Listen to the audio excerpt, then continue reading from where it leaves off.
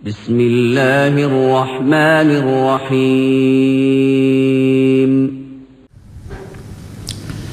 السلام عليكم ورحمة الله وبركاته. إن الحمد لله نحمده ونستعينه ونستغفره ونعوذ بالله من شرور أنفسنا ومن سيئات أعمالنا. من يهده الله فلا مضل له ومن يضلل فلا هادي له. وأشهد أن لا إله إلا الله وحده لا شريك له. وأشهد أن محمدا عبده ورسوله. اللهم صل على محمد وعلى آل محمد كما صليت على إبراهيم وعلى آل إبراهيم إنك حميد مجيد. اللهم بارك على محمد وعلى آل محمد كما باركت على إبراهيم وعلى آل إبراهيم إنك حميد مجيد. يا أيها الذين آمنوا اتقوا الله حق تقاته ولا تموتن إلا وأنتم مسلمون. أما بعد فإن خير الكلام كلام الله وخير الهدي هدي محمد صلى الله عليه وسلم وشر الأمور محدثاتها وكل محدثة بدعة وكل بدعة ضلالة. أعوذ بالله من الشيطان الرجيم. وأنكحوا الأيام منكم والصالحين من عبادكم وإمائكم إن يكونوا فقراء يغنهم الله من فضله والله واسع عليم.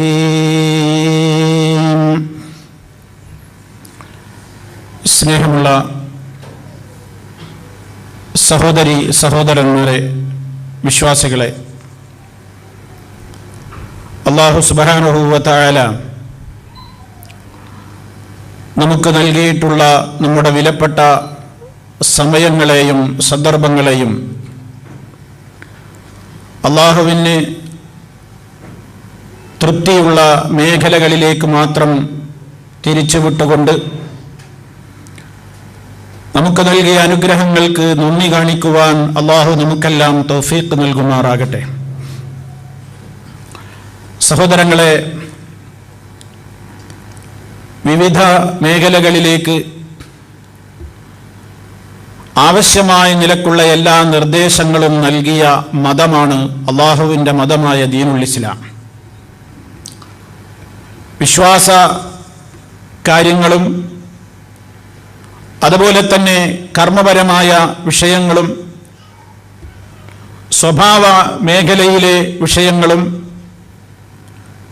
ഇടപാടുകളുമായി ബന്ധപ്പെട്ട കാര്യങ്ങളിലും എന്നുവേണ്ട ജീവിതത്തിൻ്റെ എല്ലാ മേഖലകളിലേക്കും ആവശ്യമായ കൃത്യമായ ഉത്ബോധനങ്ങളും നിയമനിർദ്ദേശങ്ങളും നൽകിയിട്ടുള്ള മതമാണ് അല്ലാഹുവിൻ്റെ ദീനുൽ ഇസ്ലാം. ആ ഇസ്ലാമിൽ ഒരു കുടുംബം എങ്ങനെയായിരിക്കണം എന്ന്, ഇസ്ലാമികമായ ഒരു കുടുംബം എന്തൊക്കെ ശ്രദ്ധിക്കേണ്ടതുണ്ട് എന്ന ഒരു വിഷയത്തെ സംബന്ധിച്ചാണ് ഇൻഷാ അല്ലാഹ് ഏതാനും പ്രഭാഷണങ്ങളിലൂടെ നമുക്ക് പറയുവാനും കേൾക്കുവാനും മനസ്സിലാക്കുവാനും പ്രയോഗവൽക്കരിക്കാനുമുള്ളത്. അല്ലാഹു നമുക്ക് തൗഫീഖ് നൽകുമാറാകട്ടെ. ഒരു കുടുംബം ഇസ്ലാമികമാവാൻ, അതല്ലെങ്കിൽ ഇസ്ലാമിക കുടുംബത്തെ സംബന്ധിച്ച് നമ്മൾ ചർച്ച ചെയ്യുമ്പോൾ ആദ്യമായി നമ്മൾ മനസ്സിലാക്കിയിരിക്കേണ്ടത്,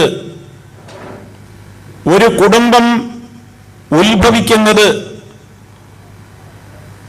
ഇസ്ലാമികമായ വീക്ഷണമനുസരിച്ച് വിവാഹത്തിലൂടെ മാത്രമായിരിക്കണം. വിവാഹമാണ്, അതല്ലെങ്കിൽ വൈവാഹിക ജീവിതത്തെ സംബന്ധിച്ചുള്ള കൃത്യമായ പഠനങ്ങളും അധ്യാപനങ്ങളും ഇസ്ലാം സമൂഹത്തിന് നൽകിയതിലൂടെ ഉത്തമമായ ഒരു കുടുംബത്തിൻ്റെ ഏറ്റവും ഉത്തമമായ ഒരു സൃഷ്ടിപ്പ്, അതാണ് ഇസ്ലാം ലക്ഷ്യം വെച്ചിട്ടുള്ളത്. അതുകൊണ്ട് തന്നെ മനുഷ്യന്റെ ശാരീരികമായ ആവശ്യമായ അവന്റെ ലൈംഗികമായ ദാഹം അത് ശമിപ്പിക്കുവാനും അടക്കുവാനും ഇസ്ലാം കൃത്യമായ രൂപത്തിലുള്ള നിയമങ്ങളും നിർദ്ദേശങ്ങളും അതിർത്തികളും പരിധികളും എല്ലാം നമ്മുടെ മുമ്പിൽ അവതരിപ്പിച്ചിരുന്നിരിക്കുകയാണ്. മനുഷ്യനിങ്ങനെ ഒറ്റയ്ക്ക് ജീവിക്കേണ്ടവനല്ല, അവൻ സാമൂഹ്യ ജീവിയാണ്. ജീവിതത്തിൽ ഒരു ഇണയും തുണയും മനുഷ്യന് അനിവാര്യമാണ്. മനുഷ്യരിൽ മാത്രമല്ല, എല്ലാ ജന്തുജാലങ്ങളിലും അതുപോലെ തന്നെ മറ്റുള്ള നമുക്ക് പരിചയമുള്ളതും അല്ലാത്തതുമായ സകല വസ്തുക്കളിലും ഇണകൾ എന്ന് പറയുന്ന ഒരു രീതിയുണ്ട് എന്നത് വളരെ കൃത്യമായി ഇസ്ലാം പഠിപ്പിച്ചിരുന്നിട്ടുള്ള യാഥാർത്ഥ്യമാണ്. എല്ലാ വസ്തുക്കളെയും അല്ലാഹു ജോഡിയായിട്ടാണ് സൃഷ്ടിച്ചിട്ടുള്ളത്. എല്ലാത്തിലും ഇണകളുണ്ട് എന്നതാണ് വിശുദ്ധ ഖുർആനിന്റെ അധ്യാപനത്തിൽ നിന്ന് നമുക്ക് മനസ്സിലാകുന്നത്. സുബ്ഹാനല്ലദീ ഖലഖൽ അസ്വാജ കുല്ലഹാ മിമ്മാ തുംബിത്തുൽ അർദു വമിൻ അൻഫുസിഹിം വമിമ്മാ ലാ യഅലമൂൻ എന്ന സൂറത്ത് യാസീനിലൂടെ അല്ലാഹു പഠിപ്പിച്ചിട്ടുണ്ട്. അതായത് എല്ലാത്തിൽ നിന്നും ഇണകളെ സൃഷ്ടിച്ചവനായ അല്ലാഹു മഹാപരിശുദ്ധനാണ്. ഭൂമി ഉൽപ്പാദിപ്പിക്കുന്ന വസ്തുക്കളിലും അതുപോലെ തന്നെ നിങ്ങളിൽ തന്നെയും ഇനി നിങ്ങൾക്ക് പരിചയമില്ലാത്തതിലും നമുക്കറിയാവുന്ന വസ്തുക്കളാവട്ടെ അല്ലാത്ത വസ്തുക്കളാകട്ടെ എല്ലാത്തിൻ്റെയും സൃഷ്ടിപ്പ് ഒരു ജോഡിയായിട്ടാണ്, ഇണത്വ സ്വഭാവത്തിലൂടെയാണ് എന്നാണ് വിശുദ്ധ ഖുർആൻ നമുക്ക് പഠിപ്പിച്ചു തരുന്നത്. അതുകൊണ്ട് തന്നെ വിശുദ്ധ ഖുർആൻ സൂറത്തുൽ ദാരിയാത്തിൽ പറഞ്ഞു, വമിൻ കുല്ലി ശൈഇൻ ഖലഖനാ സൗജൈനി ലഅല്ലകും തഷ്കുറൂൻ. എല്ലാ വസ്തുക്കളിൽ നിന്ന് തന്നെയും രണ്ട് ഇണകളെ നാം സൃഷ്ടിച്ചിട്ടുണ്ട്. ഏതു വസ്തുവിനെയും അല്ലാഹു സൃഷ്ടിച്ചിട്ടുള്ളത് ജോഡിയായിട്ടാണ് എന്നാണ് അല്ലാഹു പറയുന്നത്. ഓരോന്നിനും ഇണയുണ്ട്, അതിന് യോജിക്കുന്ന ഇണ, അതിന് യോജിക്കുന്ന ഒരു തുണ. അത് മനുഷ്യനിലാണെങ്കിലും നാൽക്കാലികളിലാണെങ്കിലും സസ്യവർഗങ്ങളിലാണെങ്കിലും അതുപോലെ തന്നെ മറ്റുള്ള വസ്തുക്കളിലാണെങ്കിലും നമുക്ക് അറിയുന്നതും അറിയാത്തതുമായ ഏത് രീതിയിലാണെങ്കിലും എല്ലാം ഇവിടെ ആ നിലക്കുള്ള ഒരു ഇണ എന്ന സ്വഭാവത്തിലാണ് സൃഷ്ടിക്കപ്പെട്ടിട്ടുള്ളത്. നിങ്ങൾക്ക് അല്ലാഹു ചെയ്തു തന്നിട്ടുള്ള വലിയൊരു നിഅമത്താണതെന്നും അങ്ങനെ എല്ലാ വസ്തുക്കളിൽ നിന്നും ഇങ്ങനെ ജോഡി സൃഷ്ടിച്ചു എന്നുള്ളത് ലഅല്ലകും തഷ്കുറൂൻ, നിങ്ങൾ നന്ദിയുള്ളവരായിരിക്കണം, നിങ്ങൾ നന്ദി കാണിക്കുന്നവരായേക്കാം എന്നിങ്ങനെ അല്ലാഹു സുബ്ഹാനഹു വ തആല പറയണം. മനുഷ്യനെ സംബന്ധിച്ചിടത്തോളം മറ്റുള്ള ജീവജാലങ്ങളെ പോലെയല്ല. മനുഷ്യന് ഈ വിഷയത്തിലൊരു കൃത്യമായ നിയന്ത്രണം അല്ലാഹു വെച്ചിട്ടുണ്ട്, പരിധികൾ വെച്ചിട്ടുണ്ട്. മറ്റു ജീവികൾക്കതില്ല.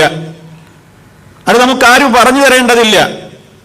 ജന്തുജാലങ്ങൾ ഇണചേരുമ്പോൾ ഇന്നതിനെ മാത്രമേ പ്രാപിക്കാവൂ എന്ന നിയമങ്ങളൊന്നും ജന്തുക്കളുടെ ലോകത്തില്ല.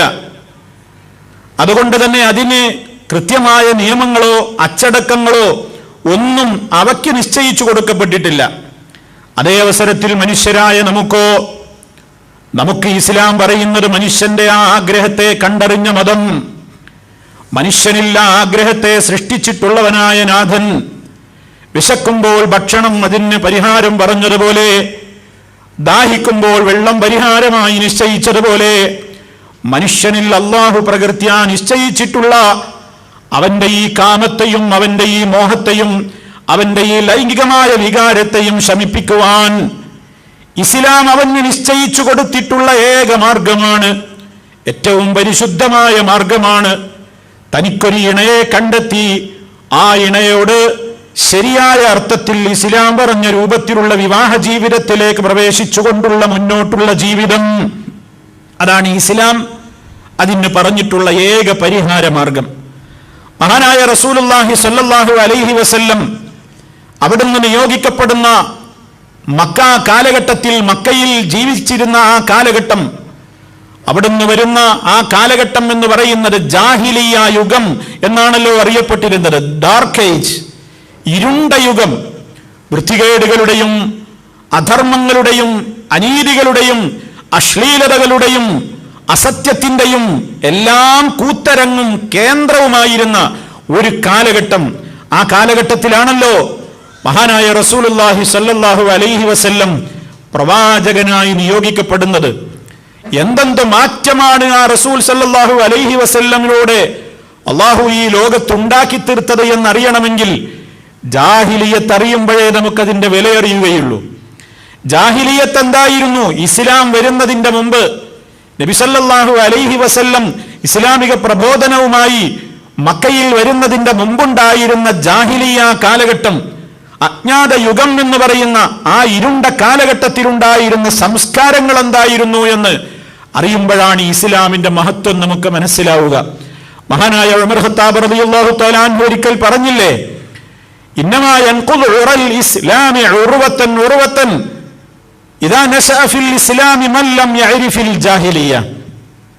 ഇസ്ലാമിന്റെ പിരികളും ഇഴകളും, ഇസ്ലാമാകുന്ന ബലിഷ്ഠമായ ആ കയറിന്റെ ഇഴകളും പിരികളും ഓരോന്നോരോന്നായി ഉടഞ്ഞുടഞ്ഞുടഞ്ഞ് നശിച്ചു പോകും. എപ്പോൾ ഇദാ നശഅ ഫിൽ ഇസ്ലാം, ഇസ്ലാമിൽ വളർന്നു വരാൻ തുടങ്ങിയാൽ, മൻ ലം യഅരിഫിൽ ജാഹിലിയ, ജാഹിലിയത്ത് അറിയാത്തവർ ഇസ്ലാമിൽ വളർന്നു വരാൻ തുടങ്ങുമ്പോൾ. ഇസ്ലാമിന്റെ മഹത്വം നമുക്കറിയണമെങ്കിൽ, വെളിച്ചത്തിന്റെ മേന്മയറിയണമെങ്കിൽ, ഇരുട്ടെന്താന്ന് അറിയുന്നവർക്ക് വെളിച്ചത്തിന്റെ മഹത്വം പറയാനാകൂ. ഇരുട്ടിന്റെ കെടുതികളും ഇരുട്ടുകൊണ്ടുള്ള ബുദ്ധിമുട്ടുകളും അറിഞ്ഞവർക്ക് ഒരു നല്ല പ്രകാശം കാണുമ്പോൾ അതിനെ പുകഴ്ത്താനാവുകയുള്ളൂ. ഇതുപോലെ ഇസ്ലാമിന്റെ മേന്മ മഹാനായ മുഹമ്മദ് റസൂലുള്ളാഹി സ്വല്ലല്ലാഹു അലൈഹി വസല്ലം ലോകത്തിന്റെ മുമ്പിൽ അവതരിപ്പിച്ച, അള്ളാഹുവിന്റെ വഹയനുസരിച്ച് ലോകത്തോട് പഠിപ്പിച്ച ഇസ്ലാമിക ശരീഅത്തിന്റെ മേന്മ അറിയണമെങ്കിൽ അതൊന്നുമില്ലാത്തൊരു ജാഹിലിയ ഇരുണ്ട യുഗത്തിന്റെ സംസ്കാരങ്ങൾ എന്തായിരുന്നുവെന്ന് നമ്മൾ അറിയണം. ഈ രംഗത്ത് എന്തായിരുന്നു സമൂഹത്തിൽ നിലനിന്നിരുന്നത്? വിവാഹ ജീവിതത്തിന്റെ കാര്യത്തിൽ, അതല്ലെങ്കിൽ ഒരു ഇണയെ പ്രാപിക്കുന്ന കാര്യത്തിൽ, സ്ത്രീ പുരുഷ ബന്ധത്തിന്റെ വിഷയത്തിൽ എന്തായിരുന്നു ജാഹിലിയ കാലഘട്ടത്തിൽ നിലവിലുണ്ടായിരുന്ന സംസ്കാരമെന്ന് മഹദിയായ ആയിഷ റളിയല്ലാഹു തആല അൻഹ അവര് നമുക്ക് പറഞ്ഞു തരുന്നുണ്ട്.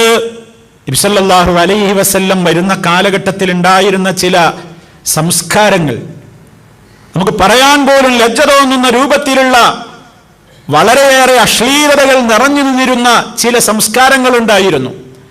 അത് ഇമാം ബുഖാരി റഹ്മത്തുള്ളാഹി അലൈഹിയുടെ സഹീഹുൽ ബുഖാരിയിൽ വളരെ വിശദമായി തന്നെ അത് പ്രതിപാദിച്ചിട്ടുണ്ട്. ഉർവ റളിയല്ലാഹു തആല അൻഹു പറയാണ്, നബി സല്ലല്ലാഹു അലൈഹി വസല്ലമിന്റെ പ്രിയപ്പെട്ട ഭാര്യ നമ്മുടെ ഉമ്മ ആയിഷ റളിയല്ലാഹു തആല അൻഹ പറഞ്ഞു കൊടുക്കുകയാണ്, അന്നൻ നിക്കാഹ ഫിൽ ജാഹിലിയ കാന അലാ അർബഅതി അൻഹാ. 4 രൂപത്തിലാണ് ജാഹിലിയ കാലഘട്ടത്തിൽ നിക്കാഹുകൾ നടന്നിരുന്നത്. 4 വിധത്തിൽ അങ്ങ് ഇണയെ പ്രാപിക്കുന്ന സമ്പ്രദായമുണ്ടായിരുന്നു. അതിൽ ഒന്ന് ഫനിക്കാഹും മിൻഹാ നിക്കാഹുൻ നാസിൽ യൗം. അതിൽ ഒന്ന് ഇന്ന് നമ്മളൊക്കെ അംഗീകരിക്കുന്ന രീതി തന്നെയാണ്. അതായത് ഒരാളുടെ ഒരു സ്ത്രീയുടെ രക്ഷാധികാരിയോട് പോയി വിവാഹം അന്വേഷിച്ച്, അതല്ലെങ്കിൽ അയാളുടെ മകളെ, അതല്ലെങ്കിൽ അയാളുടെ കീഴിൽ ആരാണുള്ളതെങ്കിൽ ആ പുരുഷനോട് വിവാഹം അന്വേഷിക്കുകയും അങ്ങനെ മഹർ കൊടുക്കുകയും പിന്നീട് വിവാഹം കഴിക്കുകയും ചെയ്യുന്ന ഇന്നും നിലനിൽക്കുന്ന ശുദ്ധമായ രീതി, ഇതന്നുണ്ടായിരുന്ന ഒരു രീതിയാണ്. പക്ഷെ ഇത് വളരെ കുറവായിരുന്നു. എന്നാൽ ഇനി പറയാൻ പോകുന്നത് കേട്ടോ. ആയിഷ റളിയല്ലാഹു തആല അൻഹ വിവരിക്കുകയാണ്, വനിക്കാഹുൻ ആഖറ, മറ്റൊരു വിവാഹ രീതി എന്തായിരുന്നുവെന്ന്, കാന റജുലു യഖൂലു ലിംറഅതിഹി ഇദാ തഹറത മിൻ തമസിഹാ. അതായത് ഒരാൾ തന്റെ ഭാര്യയോട് പറയും, ഒരു പുരുഷൻ തന്റെ പെണ്ണിനോട്, തന്റെ ഭാര്യയോട് തന്നെ പറയുകയാണ്, അവൾ കുളിച്ച് ശുദ്ധിയായി കഴിഞ്ഞാൽ, അഥവാ അവളുടെ പീരീഡ്സിന്റെ സമയം കഴിഞ്ഞ് അവൾ അതിൽ നിന്ന് ശുദ്ധിയായി കഴിയുന്ന സമയം നോക്കിയിട്ട് ഭർത്താവാണ് സ്വന്തം പെണ്ണിനോട് പറയുന്നത്, നീ ഇന്നയാളുടെ അടുത്തേക്ക് പോകണം. ഭർത്താവ് പറയുന്നത് പെണ്ണിനോട്, നീ ഇന്ന പുരുഷനെ സമീപിക്കണം, എന്നിട്ട് അയാളുമായി നീ ശയിക്കണം, കിടപ്പറ പങ്കിടണം. അങ്ങനെ അയാളിലേക്ക് ഒഴിച്ചിട്ട് കൊടുക്കുകയാണ് ഈ ഭർത്താവ് എന്ന് പറയുന്നയാള്. തന്റെ പെണ്ണിനെ മറ്റൊരാളുടെ അടുത്തേക്ക് പറഞ്ഞേക്കാണ്, വളരെ ഇഷ്ടത്തോടെ സമ്മതത്തോടെ. എന്നിട്ട് ആ പുരുഷനിൽ നിന്ന് തന്റെ ഭാര്യ ഗർഭം ധരിച്ചു എന്ന് വ്യക്തമായി കഴിഞ്ഞാൽ, അങ്ങനെ വ്യക്തമായി കഴിഞ്ഞാൽ ഈ ഭർത്താവ് വളരെയേറെ സന്തുഷ്ടനാവുകയാണ്. എന്തുകൊണ്ടാണ് അയാൾ സന്തുഷ്ടനാകുന്നത്? എന്തിനാണ് ഇങ്ങനെ ഒരു രീതി എന്നവർ സ്വീകരിച്ചത്?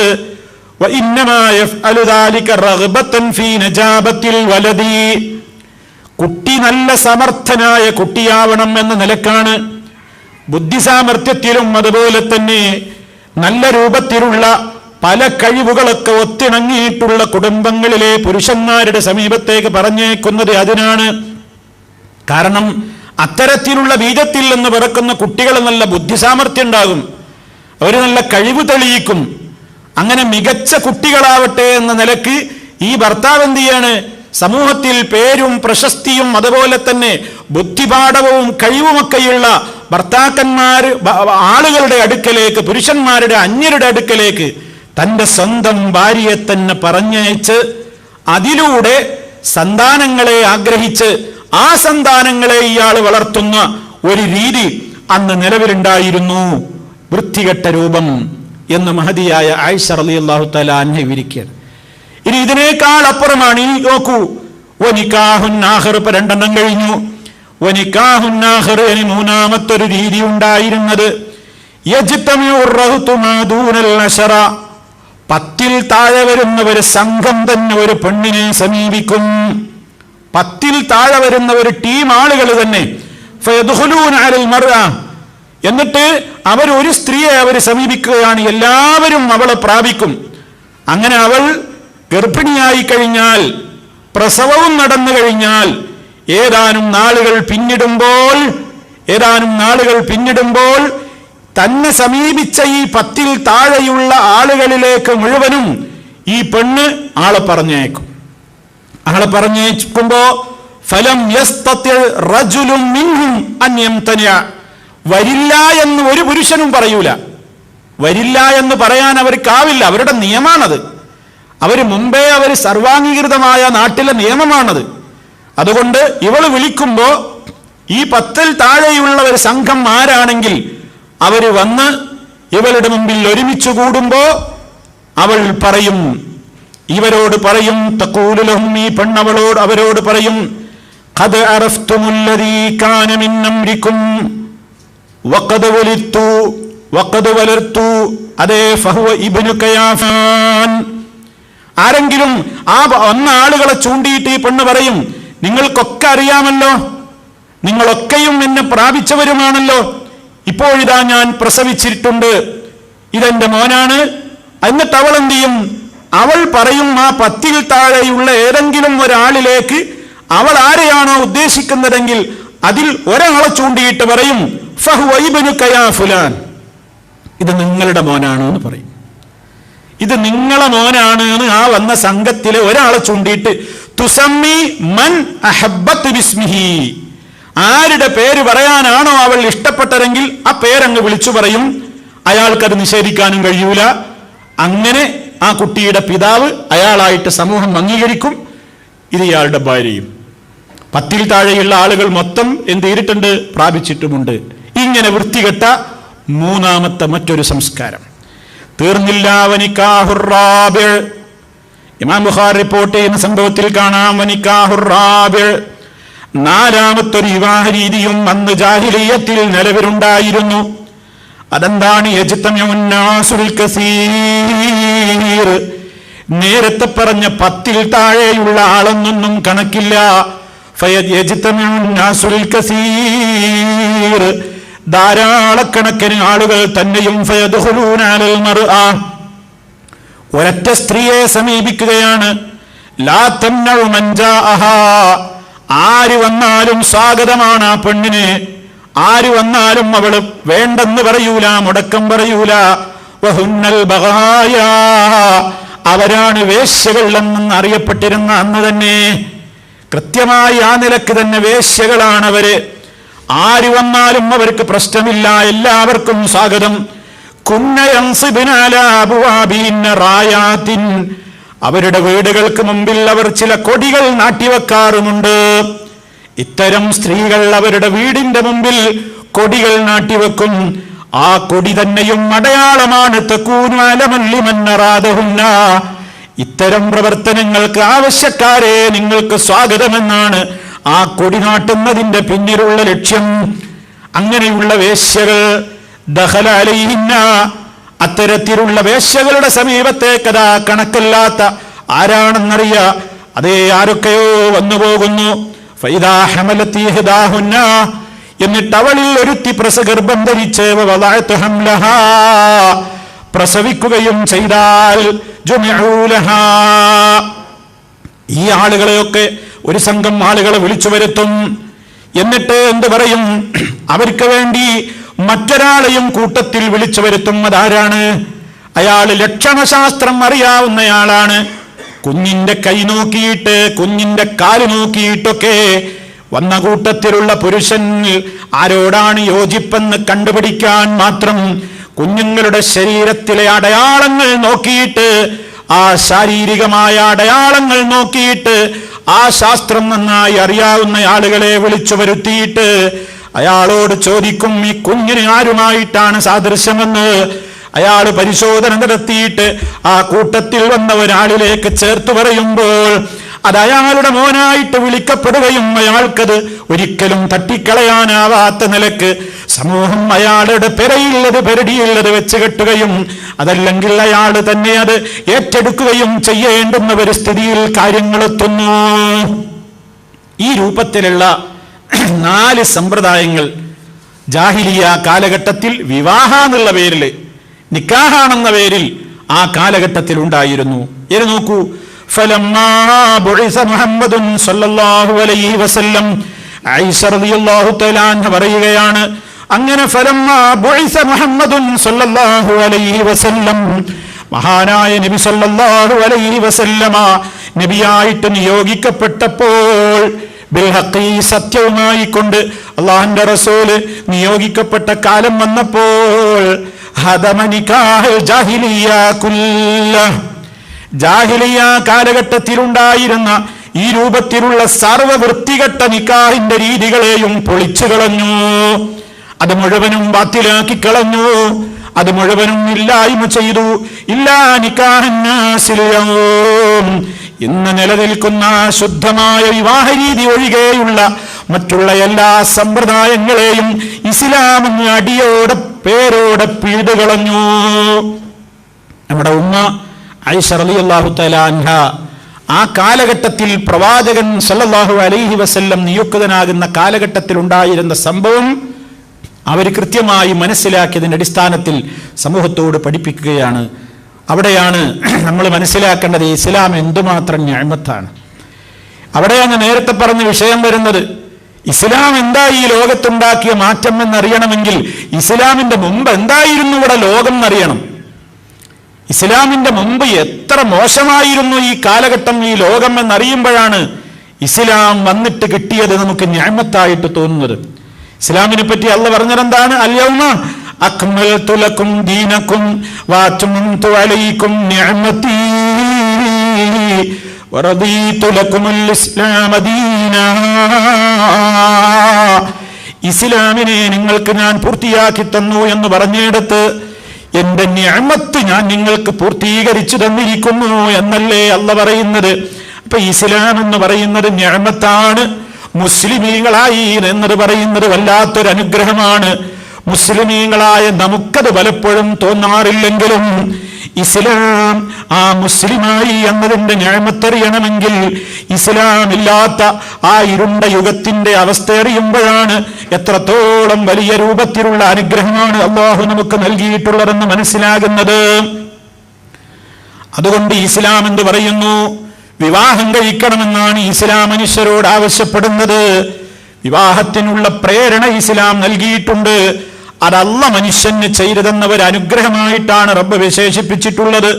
അല്ലാഹു ജഅല ലക്കും മിൻ അൻഫുസികും അസ്വാജാ വജഅല ലക്കും മിൻ അസ്വാജികും ബനീന വഹഫദതൻ വറസഖകും മിനത് തയ്യിബാത്ത് അഫബിൽബാതിൽ യുഅ്മിനൂന വബിനിഅമത്തില്ലാഹി ഹും യക്ഫുറൂൻ. സൂറത്തുൻ നഹ്ലിലെ 72-ാമത്തെ ആയത്തിലൂടെ അല്ലാഹു പഠിപ്പിക്കുകയാണ്, അല്ലാഹു ചെയ്തെന്ന അനുഗ്രഹം നോക്കൂ നിങ്ങൾ. അല്ലാഹു നിങ്ങൾക്ക് നിങ്ങളിൽ നിന്ന് തന്നെ ഇണകളെ സൃഷ്ടിച്ചു തന്നു. അല്ലാഹു നിങ്ങൾക്ക് നിങ്ങളിൽ നിന്ന് തന്നെ ഇണകളെ നൽകി. വജഅല ലക്കും മിൻ അസ്വാജികും ബനീന വഹഫദതൻ. ആ വിവാഹത്തിലൂടെ നിങ്ങളുടെ ഇണകളിൽ നിന്ന് നിങ്ങൾക്ക് സന്താനങ്ങളും ആ സന്താനങ്ങൾക്ക് വേറെയും സന്താനങ്ങളുമായി പേരമക്കളുമൊക്കെയായി നിങ്ങൾക്ക് ഈ വംശവർദ്ധനവിന് റബ്ബ് നൽകിയ വല്ലാത്തൊരു അനുഗ്രഹം. വറസഖകും മിനത് തയ്യിബാത്ത്. വിശിഷ്ടമായത് നിങ്ങൾക്ക് അവൻ നൽകുകയും ചെയ്തിരിക്കുന്നു. എന്നിട്ടും അഫബിൽ ബാത്തിൽ യുഅ്മിനൂൻ. വ്യർത്ഥമായത്, ഒരു ഫലവുമില്ലാത്തതിൽ നിങ്ങൾ വിശ്വസിക്കുകയും വബിനിഅമത്തില്ലാഹി ഹും യക്ഫുറൂൻ. അല്ലാഹു നൽകിയ നിഅമത്തുകളെ അവർ നിഷേധിക്കുകയും ചെയ്യുകയാണോ? അല്ലാഹു മനുഷ്യൻ അല്ലാഹുവിന് ചെയ്തു കൊടുത്തിട്ടുള്ള ഈ നിഅമത്തുകളൊക്കെ ആസ്വദിച്ചിട്ട് പിന്നെയും ബാത്തിലായ വിശ്വാസങ്ങളുടെയും വ്യർത്ഥമായ അന്ധവിശ്വാസങ്ങളുടെയും ശിർക്കിന്റെയും ഒക്കെ പിന്നാലെ പോയി അല്ലാഹു ചെയ്തു കൊടുത്തിട്ടുള്ള ഈ നിഅമത്തുകളോട് നന്ദി കാണിക്കേണ്ടതിന് പകരം നന്ദികേടാണല്ലോ മനുഷ്യരെ നിങ്ങൾ ചെയ്തുകൊണ്ടിരിക്കുന്നത് എന്ന് വളരെ കൃത്യമായി മനുഷ്യരിൽ കാണുന്ന ആ നന്ദികേടിനെ ചോദ്യം ചെയ്തുകൊണ്ട് പറയുകയാണ്. അപ്പൊ ഇസ്ലാമിനെ സംബന്ധിച്ചിടത്തോളം അങ്ങനെ വിവാഹ ജീവിതത്തിന് പ്രോത്സാഹിപ്പിച്ചു എന്ന് മാത്രമല്ല, അതൊരു മോശപ്പെട്ട കാര്യമാണെന്ന ചിന്താഗതിയെ ഇസ്ലാം വേരോടെ പിഴുതെറിഞ്ഞിരിക്കുകയാണ്. അതൊരു മോശപ്പെട്ട കാര്യമാണ് എന്നാണ് ചിലരൊക്കെ ധരിച്ചത്. വിവാഹം കഴിക്കുക അത് ഭക്തിക്ക് വിരുദ്ധമാണ്, മുത്തഖിയായി ജീവിക്കാനൊക്കെ വിവാഹം തടസ്സാണ്, അതുകൊണ്ട് കൂടുതൽ തഖ്വയോടെ ജീവിക്കാൻ നല്ലത് അവിവാഹിതനായി കഴിയലാണ് എന്നുള്ള ചിന്തക്കൊന്നും ഇസ്ലാമിൽ ഒരു പ്രാധാന്യവുമില്ല. കാരണം ലോകത്തിന് മുഴുവൻ മാതൃകാ പുരുഷന്മാരായിക്കൊണ്ട് അള്ളാഹു ഈ ലോകത്തേക്ക് അയച്ചിട്ടുള്ളവരാണല്ലോ പ്രവാചകന്മാർ. ആ പ്രവാചകന്മാരെക്കാൾ മഹത്വപ്പെടുത്താവുന്ന ഒരാളും ലോകത്ത് വന്നിട്ടില്ല, ഇനി വരാനുമില്ല. ആ പ്രവാചകന്മാരെ സംബന്ധിച്ച് അല്ലാഹു എന്താണ് പറഞ്ഞത്? വലഖദ് അർസൽനാ റുസുലൻ മിൻ ഖബ്ലിക വജഅൽനാ ലഹും അസ്വാജൻ വദുർരിയ. സൂറത്തുർ റഅദിലെ 38-ാമത്തെ ആയത്തിലൂടെ അല്ലാഹു പഠിപ്പിക്കുകയാണ്, താങ്കൾക്ക് മുമ്പ് കുറെ പ്രവാചകന്മാരെ നാം തീർച്ചയായും അയച്ചിട്ടുണ്ട്. സല്ലല്ലാഹു അലൈഹി വസല്ലമിനോട് പറയാണ്, പ്രവാചകരെ നിങ്ങൾക്ക് മുമ്പും ധാരാളം പ്രവാചകന്മാർ വന്നിട്ടുണ്ട്. വജഅൽനാ ലഹും അസ്വാജൻ വദുർരിയതൻ. അവർക്കൊക്കെ തന്നെയും നാം ഇണകളെയും നിശ്ചയിച്ചിരുന്നു. അവർക്ക് ഇണകളും ഉണ്ടായിരുന്നു, വദുർരിയതൻ സന്തതികളും ഉണ്ടായിരുന്നു. ഇണകളും ഉണ്ടായിരുന്നു, സന്തതികളും ഉണ്ടായിരുന്നു. പ്രവാചകന്മാരുടെ പാരമ്പര്യമാണത്. ലോകത്ത് ഭക്തി പഠിപ്പിക്കാൻ നിയുക്തരായ പ്രവാചകന്മാർ വിവാഹം കഴിച്ചവരാണ്. അവർക്കും സന്താനങ്ങൾ ഉണ്ടായിട്ടുണ്ട്. അതുകൊണ്ട് വിവാഹം കഴിക്കുക എന്നത് ഒരു മോശപ്പെട്ട കാര്യമാണെന്നോ ഭക്തിക്ക് വിരുദ്ധമാണെന്നോ തഖ്വ ഇത്തിരി കുറഞ്ഞു പോകുമെന്നോ ഒന്നും മനസ്സിലാക്കാൻ പാടില്ല. അതുപോലെ തന്നെ ഇസ്ലാം പറഞ്ഞു, ദാരിദ്ര്യത്തെ ഭയന്നുകൊണ്ട് വിവാഹത്തിൽ നിന്ന് വിട്ടുനിൽക്കരുത്. ദാരിദ്ര്യത്തെ ഭയന്നുകൊണ്ട് വിവാഹത്തിൽ നിന്ന് വിട്ടുനിൽക്കരുതെന്നാണ് ഇസ്ലാം പറയുന്നത്. ദാരിദ്ര്യം അതൊരു പേര് പറഞ്ഞിട്ടാണ് കുറെ ആളുകൾ, ഇപ്പൊ പല ആളുകളും എത്ര വയസ്സായി എന്ന് വെച്ചാൽ കുറെ വയസ്സായി, എന്താ കല്യാണം കഴിച്ചിട്ടില്ലേ? ഇല്ല, കല്യാണം കഴിച്ചിട്ടില്ല. എന്താ പ്രശ്നം? അവിടെ പെങ്ങള് ഇങ്ങനെ നിൽക്കുകയാണ്, ഇവിടെ എത്ര വയസ്സായി നിൽക്കുകയാണ്, ഇവിടെ എത്ര വയസ്സുണ്ട്, ഇവിടെ എത്ര പ്രയാസങ്ങളുണ്ട്, പിന്നെ ഇപ്പൊ എന്ത് കണ്ടിട്ടാ കല്യാണം കഴിക്കുന്നത്? ഒന്നുമില്ല, കയ്യില് ജോലിയില്ല, അല്ലെങ്കിൽ അങ്ങനെ ഇങ്ങനെ, അല്ലെങ്കിൽ പല രൂപത്തിലുള്ള മുട്ടുന്യായങ്ങൾ പറഞ്ഞ് നിസ്സാരപരമായ കാര്യങ്ങൾ പറഞ്ഞ് പലപ്പോഴും വിവാഹരംഗത്ത് നിന്ന് ആളുകൾ വിട്ടുനിൽക്കുമ്പോൾ ഇസ്ലാം പറയുന്നത് നേരെ മറിച്ചാണ്. അതായത് വിവാഹപ്രായം എത്തിയ പുരുഷന്റെയും സ്ത്രീകളുടെയും ഒക്കെ ഉത്തരവാദിത്വം കൈയാളുന്ന രക്ഷാകർത്താക്കളോട് ഇസ്ലാം പറയുന്നുണ്ട്, വഅൻകിഹുൽ അയാമാ മിൻകും വസ്സാലിഹീന മിൻ ഇബാദികും വഇമാഇകും ഇൻ യകൂനൂ ഫുഖറാഅ യുഗ്നിഹിമുല്ലാഹു മിൻ ഫദ്ലിഹി വല്ലാഹു വാസിഉൻ അലീം. വാങ്കിഹൂ, നിങ്ങൾ വിവാഹം കഴിപ്പിക്കണേ. ഇസ്ലാം പറയണ രക്ഷാകർത്താക്കളോട് പറയാണ്, നിങ്ങൾ വിവാഹം കഴിപ്പിക്കണം. ആരെ? അല്ലയാമാമിൻകും, നിങ്ങളിലെ അവിവാഹിതരെ. നിങ്ങളിൽ വിവാഹം കഴിച്ചിട്ടില്ലാത്ത പുരുഷനോ സ്ത്രീയോ ഉണ്ടെങ്കിൽ നിങ്ങൾ അവരെ വിവാഹം കഴിപ്പിക്കണേ. അത് രക്ഷാധികാരികളോട്, സമൂഹത്തോട്, ഭരണകൂടത്തോട്, നാട്ടുകാരോട്, എല്ലാവരോടുമുള്ള കൽപ്പനയാണ്.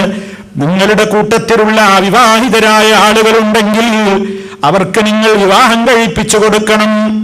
വസ്സാലിഹീന മിൻ ഇബാദിക്കും വഇമാഇക്കും, നിങ്ങളുടെ അടിമകളിലും അടിമ സ്ത്രീകളിലുമൊക്കെ നല്ലവരായ ആളുകൾക്കും നിങ്ങൾ വിവാഹം കഴിപ്പിച്ചു കൊടുക്കണം. ഇയ്യകൂനൂ ഫുഖറാ, ഇനി പറയുന്ന വാചകമാണ് ശ്രദ്ധിക്കേണ്ടത്. ഇയ്യകൂനൂ ഫുഖറാ, അവർ ദരിദ്രരാണെങ്കിൽ തന്നെയും യുഗ്നിഹിമുല്ലാഹു മിൻ ഫദ്ലിഹി, അല്ലാഹു അവന്റെ ഔദാര്യത്തിൽ നിന്ന് അവർക്ക് നൽകുന്നതാണ്. അല്ലാഹു അവന്റെ ഔദാര്യത്തിൽ നിന്ന് അവർക്ക് നൽകിയിട്ട് അവർക്കും അല്ലാഹു ധന്യത നൽകും. അവരുടെ പ്രയാസങ്ങൾ അല്ലാഹു ദൂരീകരിച്ചു കൊടുക്കുന്നതാണ്. വല്ലാഹു വാസിഉൻ അലീം, അല്ലാഹു വളരെ വിശാലനാണ്, അവനെല്ലാം അറിയുന്നവനുമാകുന്നു. സൂറത്തു നൂറിൽ അല്ലാഹു തആല പഠിപ്പിക്കുകയാണ്. സൂറത്തു നൂറിൽ അല്ലാഹു ഇത് പഠിപ്പിക്കുകയാണ്. നമ്മൾ ആ ആയത്തൊന്ന് ശരിക്ക് സുഹൃത്തുക്കളെ പരിശോധിച്ചു നോക്കിയാൽ പല കാര്യങ്ങൾ നമുക്കത് മനസ്സിലാക്കാൻ സാധിക്കും. ഇപ്പൊ ചെയ്യാനും ചെയ്തു കൊടുക്കാനും, വിവാഹം ചെയ്യാൻ, കല്യാണം കഴിക്കാൻ അല്ലെങ്കിൽ കല്യാണം കഴിപ്പിച്ചു കൊടുക്കാൻ എന്ന് പലരും കാരണം പറയാറുള്ളത് ദാരിദ്ര്യഭയം തന്നെയാണ്. ഒന്നുമില്ല, അങ്ങനെ എല്ലാം തികഞ്ഞ് വലിയ സമ്പന്നരായി, അല്ലെങ്കിൽ ഒരു ജോലിയായി, അല്ലെങ്കിൽ ധാരാളം പണം തന്റെ കയ്യിൽ കെട്ടിയിരിപ്പായി, സൂക്ഷിപ്പ് സ്വത്തായി, അങ്ങനെയൊക്കെ ആയിട്ടേ വിവാഹം കഴിക്കാൻ പാടുള്ളൂ എന്ന് ഇസ്ലാം പറയുന്നുണ്ടോ? എന്താണ് ഇസ്ലാമിന്റെ ആ വിഷയത്തിലുള്ള വീക്ഷണം? സമ്പത്തും തൊഴിലുമൊക്കെ ഉറപ്പുവരുത്തിയിട്ടേ വിവാഹം കഴിക്കൂ എന്നും പറഞ്ഞിട്ട് ഇങ്ങനെ കാലം കുറെ പിന്നിടുന്ന അവസ്ഥ ഇസ്ലാം പ്രോത്സാഹിപ്പിച്ചതാണോ? ഒരിക്കലുമല്ല. അതൊന്നുകിൽ അല്ലാഹുവിന്റെ വാഗ്ദാനത്തിലുള്ള വിശ്വാസക്കുറവാണ്. അള്ളയാണ് വാഗ്ദത്തം ചെയ്യുന്നത്, ഇയ്യകൂനൂ ഫുഖറാ യുഗ്നിഹിമുല്ലാഹു മിൻ ഫദ്ലിഹി, അവർ ദരിദ്രരാണെങ്കിൽ അള്ള അവന്റെ ഔദാര്യത്തിൽ എന്നവർക്ക് വഴിയെ കൊടുത്തുകൊണ്ട് അവരുടെ പ്രയാസങ്ങൾ റബ്ബ് നീക്കിക്കോളും. അവർക്ക് അല്ലാഹു ആ രൂപത്തിൽ ഏതെങ്കിലും ഒരു സംവിധാനം ചെയ്തോളും എന്ന് കൃത്യമായി തന്നെ പറയുന്നു. മാത്രമല്ല, അതല്ലെങ്കിൽ ജീവിതത്തിന്റെ ആകെക്കൂടി ഉദ്ദേശം ഒരുപാട് സമ്പത്തും അതുപോലെ തന്നെ സൗകര്യങ്ങളും മാത്രമാണെന്ന് ചിന്തിക്കുന്നവരാണ് ഇങ്ങനെ വിവാഹം കഴിക്കാതെ ജീവിക്കുന്നത്. വാസ്തവത്തിൽ വിവാഹം കഴിക്കാതിരുന്നാൽ നമ്മൾ ചിന്തിക്കേണ്ടുന്ന ഒരു പ്രധാനപ്പെട്ട വശമുണ്ട്. അത് പലപ്പോഴും ആളുകൾ ചിന്തിക്കാതെ പോവുകയാണ്. വിവാഹം കഴിക്കാതിരുന്നാൽ അതുകൊണ്ട് സമൂഹത്തിലുണ്ടാകുന്ന വിവിധ നാശങ്ങളെ അപേക്ഷിച്ചു നോക്കുമ്പോൾ വിവാഹം കഴിച്ചിട്ട് ദാരിദ്ര്യം മൂലം ഉണ്ടായേക്കാവുന്ന വിഷമങ്ങൾ കേവലം നിസ്സാരങ്ങളാണ്. വിവാഹം കഴിക്കാതെ ഒരുപാട് ആളുകൾ സമൂഹത്തില്, അതുകൊണ്ട് സമൂഹത്തിലുണ്ടാകുന്ന അരക്ഷിതാവസ്ഥയും അധാർമികതയും അതുകൊണ്ടുണ്ടാകുന്ന അപകടങ്ങളും വെച്ചു നോക്കുമ്പോ വിവാഹം കഴിച്ചിട്ടൊരാൾ ദരിദ്രനായി പോയാൽ ഉണ്ടാകാവുന്ന വിഷമങ്ങളെക്കാൾ അധികം മറ്റേതാണ്. എന്ത്? ലൈംഗികമായ അരാജകത്വം ഉണ്ടാകും, പ്രതിസന്ധികൾ ഉണ്ടാകും, പ്രയാസങ്ങൾ ഉണ്ടാകും. അതേ അവസരത്തിൽ വെറും സാമ്പത്തിക ഭദ്രത മാത്രം നോക്കുന്ന ആളുകൾക്ക് ധാർമ്മിക മൂല്യങ്ങൾ എത്ര തകർന്നാലും അവർക്കൊരു തകരാറും ഉണ്ടാവില്ല. വെറും സമ്പത്ത് മാത്രം നോക്കുന്ന ആളുകളാണെങ്കിൽ അവരെ സംബന്ധിച്ചിടത്തോളം ലോകത്ത് ഇനിയിപ്പോ ഈ രംഗത്ത് ധാർമ്മികമായിട്ട് എത്ര അധപ്പതിച്ചാലും അതൊന്നും അവർക്കൊരു വിഷയം ഉണ്ടാവില്ല. എന്നാൽ ഇസ്ലാമിന്റെ ദൃഷ്ട്യാ കാര്യം നേരെ തിരിച്ചാണ്. ഇസ്ലാം പറയുന്നത് എപ്പോഴും ലൈംഗികമായ അരാജകത്വത്തെക്കാൾ, ലോകത്ത് ലൈംഗികമായ നിലക്കുള്ള വൃത്തികേടുകളും അരാജകത്വങ്ങളും പടർന്നു പിടിക്കുന്നതിനേക്കാൾ പട്ടിണിയുടെ കാഠിന്യത്തെ മുസ്ലിങ്ങൾ ഒരിക്കലും ഭയപ്പെടേണ്ടതില്ല. പട്ടിണി കൊണ്ടുണ്ടാകുന്ന അരാജകത്വങ്ങളെക്കാൾ വലിയ അരാജകത്വമാണ് വിവാഹപ്രായമെത്തിയ സ്ത്രീകളും പുരുഷന്മാരും സമൂഹത്തിൽ പെരുകിയിട്ട് വിവാഹം കഴിക്കാതെ ജീവിക്കുന്ന ദുരന്തമുണ്ടായാൽ, പട്ടിണി കൊണ്ടുള്ള വിവാഹം കഴിച്ചിട്ട് അവന് പെണ്ണിനെ പോറ്റാൻ കഴിയാത്ത ദാരിദ്ര്യം കൊണ്ടുണ്ടാകുന്ന വിഷമത്തേക്കാൾ 10 മടങ്ങ് ദുരന്തമാണ് വിവാഹം കഴിക്കാതെ മനുഷ്യന്മാര് പെരുകി വന്നാൽ. ഇവിടെ ആളുകളുടെ അവിവാഹിതരുടെ എണ്ണം കൂടുമ്പോഴാണ് വലിയ പ്രശ്നം ഉണ്ടാകുന്നത്. അതുകൊണ്ടാണ് ഇസ്ലാം ആ വിഷയത്തിലൊക്കെ കൃത്യമായ മാനദണ്ഡവും നിർദ്ദേശമൊക്കെ വെച്ചത്. ഇസ്ലാം അങ്ങനെ ഏതൊരു വിഷയം പറയുമ്പോഴും അതിന് പല ഹിക്മത്തുകളും ഉണ്ടാകും. ഒരുപാട് കാര്യങ്ങൾ നമ്മൾ മനസ്സിലാക്കാത്ത ഒരുപാട് വിഷയങ്ങൾ അതിന്റെ പിന്നിൽ വരാനുണ്ടാകും.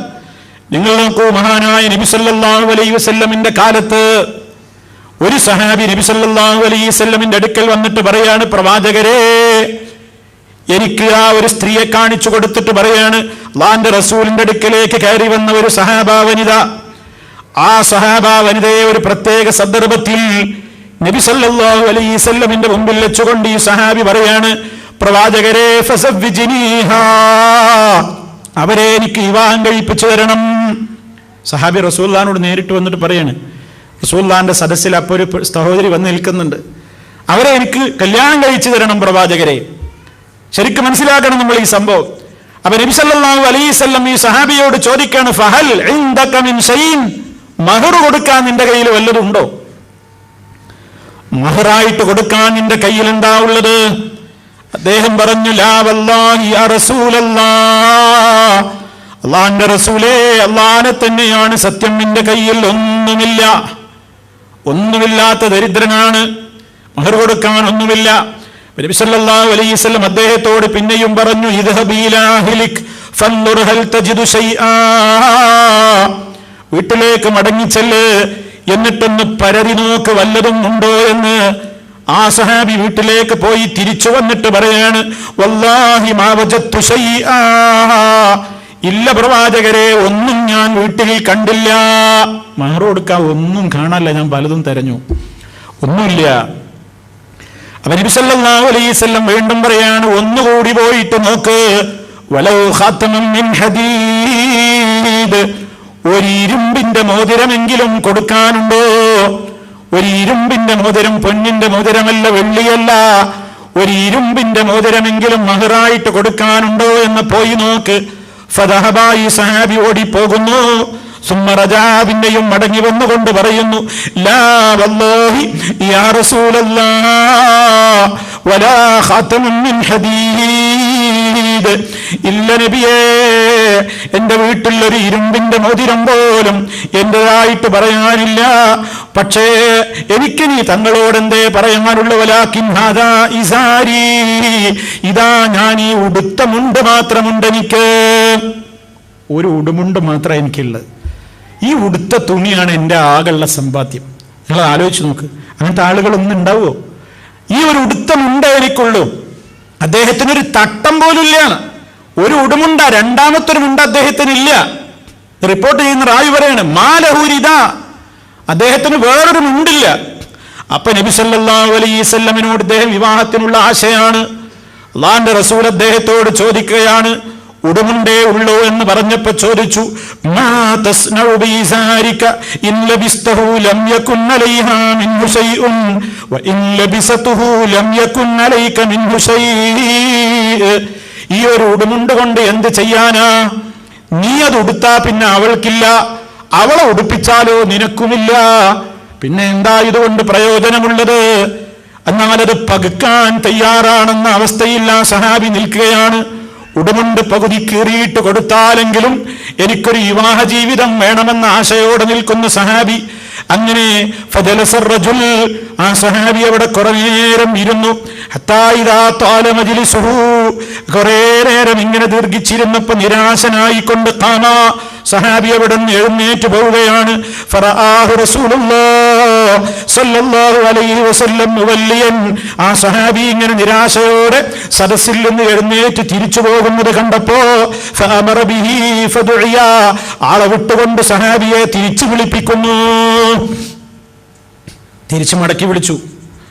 മടക്കി വിളിക്കപ്പെട്ട ആ സഹാബി വന്നപ്പോൾ അല്ലാഹുവിന്റെ റസൂൽ അദ്ദേഹത്തോടൊരു ചോദ്യം ചോദിക്കുകയാണ്, എങ്കിൽ മാദാ മഅക മിനൽ ഖുർആൻ, നിനക്ക് ഖുർആൻ വല്ലതും അറിയാമോ? ഖുർആൻ എന്താ അറിയാ?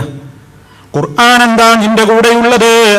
അദ്ദേഹം പറഞ്ഞു, മഈ സൂറത്തു കദാ വകദാ അദ്ദദഹാ, ആ സഹാബി ഇങ്ങനെ റസൂലുള്ളാഹിയുടെ മുമ്പിൽ വെച്ച് എണ്ണി പറയാണ്, എനിക്ക് ഇന്ന സൂറത്ത് മനപ്പാടമുണ്ട്, എനിക്ക് ഇന്ന സൂറത്തറിയാം, ഇന്ന സൂറത്തറിയാം, ഈ സൂറത്തറിയാം എന്നിങ്ങനെ സൂറത്തുകൾ ഇങ്ങനെ അദ്ദേഹം ഇങ്ങനെ എണ്ണി പറഞ്ഞപ്പോ ഫഖാല നബി സല്ലല്ലാഹു അലൈഹി വസല്ലം പറഞ്ഞു, എങ്കിൽ തഖറൂഹുൻ അൻ ളഹരി ഖൽബിക, മനപ്പാടമുള്ള നിന്റെ ആ സൂറത്തില്ലേ, ആ സൂറത്തിനെ ആ പെണ്ണിന് ഓതി കേൾപ്പിച്ച് പഠിപ്പിച്ചു കൊടുക്കാൻ നീ തയ്യാറാണോ?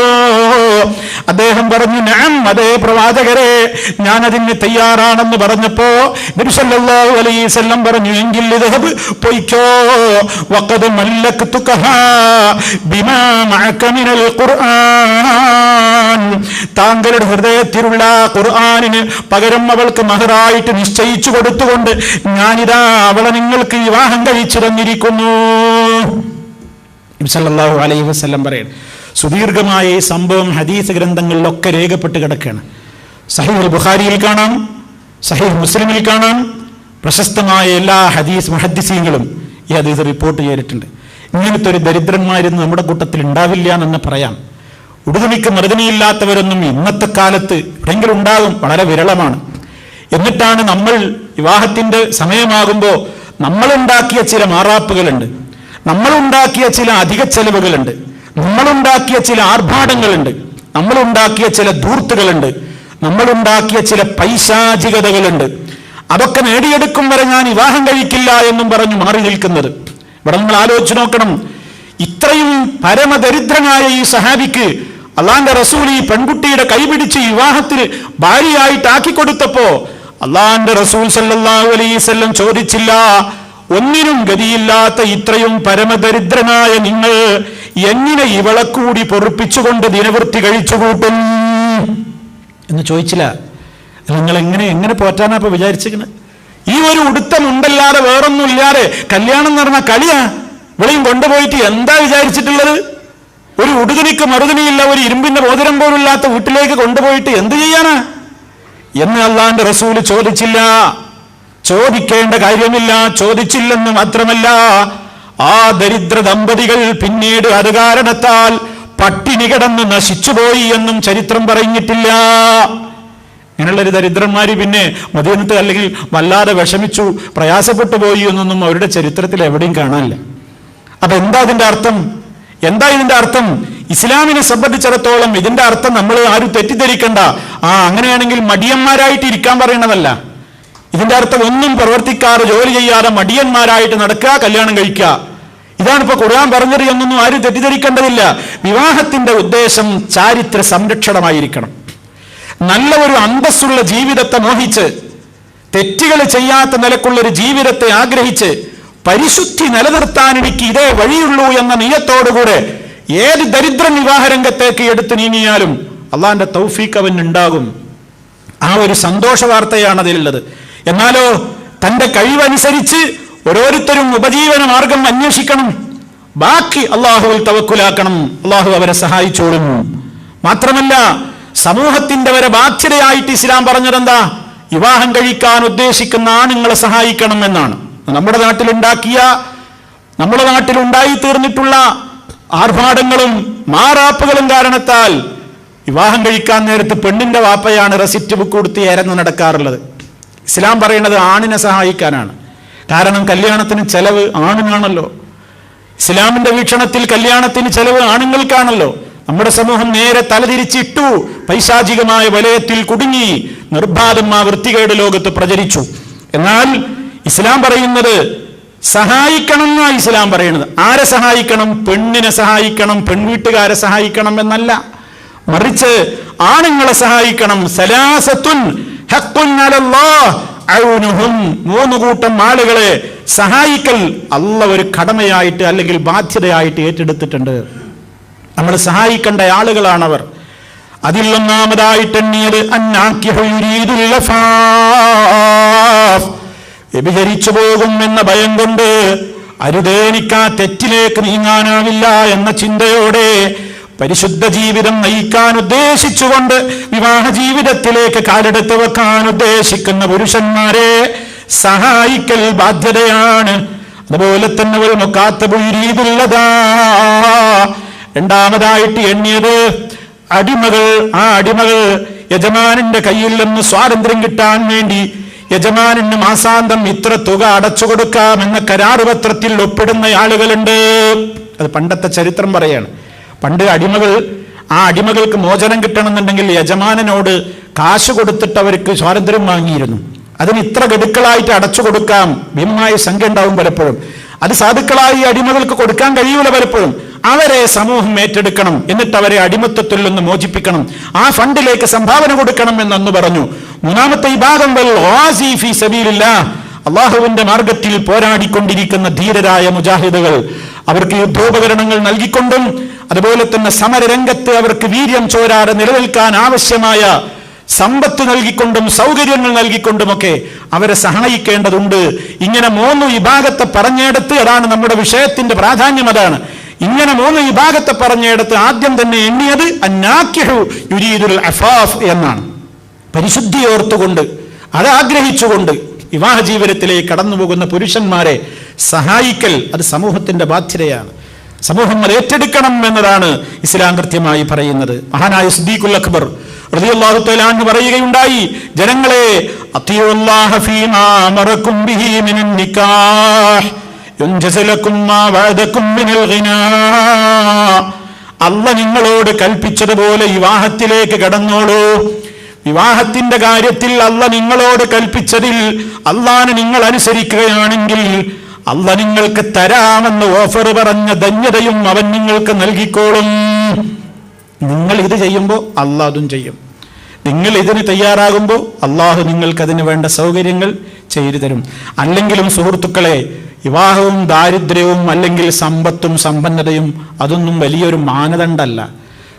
ഒരു തീർത്താൽ തീരാത്ത നിലക്ക് നമ്മളൊക്കെ കാണുന്ന രൂപത്തിലുള്ളൊരു വല്ലാത്തൊരു ആധികാരിക മാനദണ്ഡമൊന്നുമല്ല ഈ സമ്പത്ത്. നമ്മൾ ആലോചിച്ച് നോക്കിയാൽ വിവാഹശേഷം ദാരിദ്ര്യം നീങ്ങിയ എത്രയോ ആളുകളില്ലേ, പരമദരിദ്രന്മാരായിരുന്നു. വിവാഹം കഴിഞ്ഞതിന് ശേഷം അവർക്ക് അള്ളാഹു ബർക്കത്ത് കൊടുത്തു. അങ്ങനത്തെ ആളുകളുണ്ട്. പാവപ്പെട്ട കുട്ടിയെ കല്യാണം കഴിച്ചു, എന്നിട്ടും അവരുടെ ജീവിതത്തിൽ അള്ളാഹു ബർക്കത്ത് ഇങ്ങനെ കൊടുത്തു. അല്ലാതെ വിവാഹശേഷം ഒരുപാട് സ്ത്രീധനം വാങ്ങിയിട്ട് മുതലാളിമായ ആൾക്കാരില്ലേ എന്നല്ല ഞാൻ പറയുന്നത്. അല്ലാത്ത നിലക്കൻ അതൊന്നും ഒരു പ്രാധാന്യം കൊടുക്കാതെ തന്നെ അള്ളാഹുവിന്റെ വജഹ് ഉദ്ദേശിച്ച് ഒരു പാവപ്പെട്ട കുട്ടിയെ തന്നെ കല്യാണം കഴിച്ച് സമ്പന്നതയുടെ നല്ല നല്ല തട്ടുകളിലേക്ക് ഉയർന്ന എത്രയോ ആളുകൾ ലോകത്തില്ലേ. അതുപോലെ തന്നെ കഴിക്കാതിരുന്നിട്ടും ദാരിദ്ര്യം വേറിട്ട് പോകാത്തവരില്ലേ. പൈസ ഇല്ല എന്ന് പറഞ്ഞിട്ട് കല്യാണം കഴിക്കാതെ ഇരുന്നിട്ട് അവന് കാശ് കൂടിയിട്ടുണ്ടോ? ദാരിദ്ര്യം വിട്ടുപോകാത്ത എത്രയോ ആളുകളുണ്ട്. സമ്പൽ സമൃദ്ധിയിൽ ആറാടിക്കൊണ്ടിരിക്കെ വലിയ മുതലാളിമാരായിട്ട് കല്യാണം കഴിച്ചവരുടെ വിവാഹം നിലനിൽക്കാത്തത് എത്ര ഉണ്ട്? ലോകത്ത് നിലനിൽക്കുന്നുണ്ടോ? അവർക്ക് കാശിന്റെ കുറവാ. അപ്പൊ അതൊന്നുമല്ല പ്രശ്നം. പ്രശ്നം എന്താണെന്നറിയോ? അള്ളാഹു നമുക്ക് നൽകുന്ന മനസ്സിന്റെ സമാധാനമാണ്, മനസ്സിന്റെ ധന്യതയാണ് ഏറ്റവും വലിയ ധന്യത. അതാണ് മഹാനായ നബി സല്ലല്ലാഹു അലൈഹി വസല്ലം ഓർമ്മപ്പെടുത്തിയത്, ലൈസൽ ഗിനാ അൻ കസറത്തിൽ അർളി വലാകിന്നൽ ഗിനാ ഗിനൻ നഫ്സ്.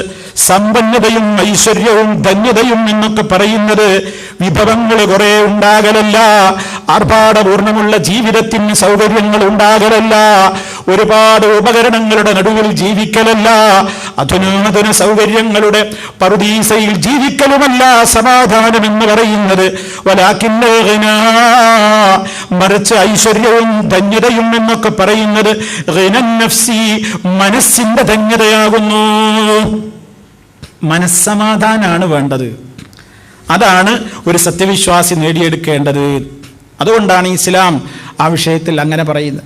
ഇനി ഒരാളെ സംബന്ധിച്ചിടത്തോളം അയാൾക്ക് ഒട്ടും കഴിയൂല, ഒരു നിലക്കും കഴിയൂല എന്നുണ്ടെങ്കിൽ ഇസ്ലാം പറയുന്നുണ്ട്, നിങ്ങൾക്ക് അള്ളാഹുവിന്റെ ഐശ്വര്യം കിട്ടുന്നത് വരെ നിങ്ങൾ കാത്തു നിന്ന് നിങ്ങൾ തെറ്റുകളിലേക്ക് പോകാതെ